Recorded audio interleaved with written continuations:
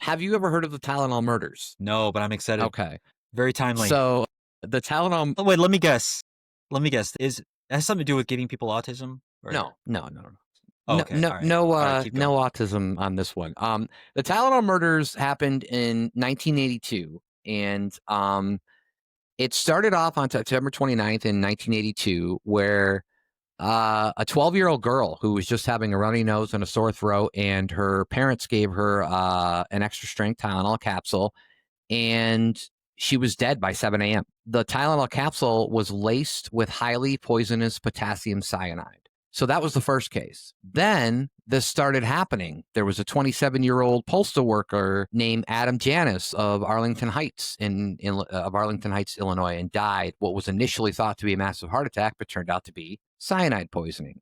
His brother and sister-in-law rushed to his home to console their loved ones, both experiencing throbbing headaches and a uncommon response to a death in a family. Each took a Tylenol extra strength capsule or two from the same bottle Adam had used earlier that day. Stanley died that very day, and Teresa died 2 days later. That's insane to me. Like, they were just going to go over and see what was wrong with this guy. And because they had a headache, they took the same Tylenol he did, and they all died from that.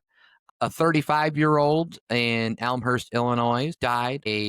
Another 35-year-old from Chicago, and a 27-year-old from Winfield. All of them took Tylenol shortly before they died. In early October of 1982, investigators made the connection between the poisoning deaths and Tylenol, the best-selling non-prescription pain reliever sold in the United States at the time. The gelatin-based capsules were especially popular because they were slick and easy to swallow. Unfortunately, each victim swallowed a Tylenol capsule laced with a lethal dose of cyanide. McNeil Consumer Products, a subsidiary of the healthcare giant Johnson & Johnson, manufactured Tylenol. To its credit, the company took an active role, and they issued a mass warning communications and immediately called for the massive recall of more than 31 million bottles of Tylenol in circulation, which means they lost out on a lot of money for this. Tainted capsules were discovered in early October in a few other grocery stores and drugstores in the Chicago area, but fortunately, they had not yet been sold or consumed. Johnson & Johnson offered replacement capsules to those who turned in pills already purchased, and reward for anyone with information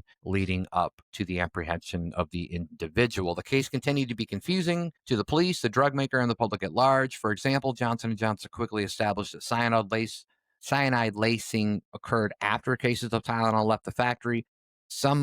Police hypothesized, must have taken bottles off the shelves of local grocers and drugstores in the Chicago area, laced the capsules with poison, and then returned the restored packages to the shelves to be purchased by unknowing victims. To this day, however, the perpetrators of these murders have never been found. One man, James Lewis, claiming to be a Tylenol killer, wrote a ransom letter to Johnson & Johnson demanding $1 million in exchange for stopping the poisonings. After a lengthy cat-and-mouse game, police and federal investigators determined that Lewis lived in New York and had no demonstrable links to the Chicago events. That said, he was charged with extortion and sentenced to 20 years in prison. He was released in 1995 after only serving 13 years. And then he died. I can't remember what year he died, but it was in the last 10 years he died.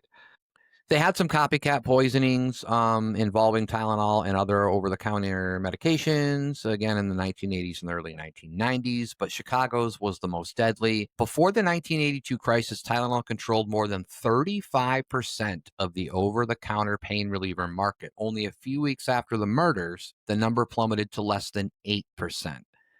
But what Johnson & Johnson did is, first of all, the FDA passed new rules on what they had to make their packaging, because apparently it was very easy to open that and do stuff to this, whatever in the grocery store and then put it Yeah, back. because they all have seals. They have seals Right. on them And now. Johnson & Johnson Yeah. was partly responsible for creating the new tamper-proof packaging. And then all the other companies started following. So this is the famous Tylenol murders of 1982. And I will say that just by reading this, and I've known about this for years, and I've always find this fascinating, but I think their response was actually pretty good. Like, they did a good job. They recalled the medication. They led the charge in making the tamper-proof seals and all that stuff so people couldn't do this again. For a company to do all that, that's probably something you wouldn't see much in this day and age, but it's very interesting.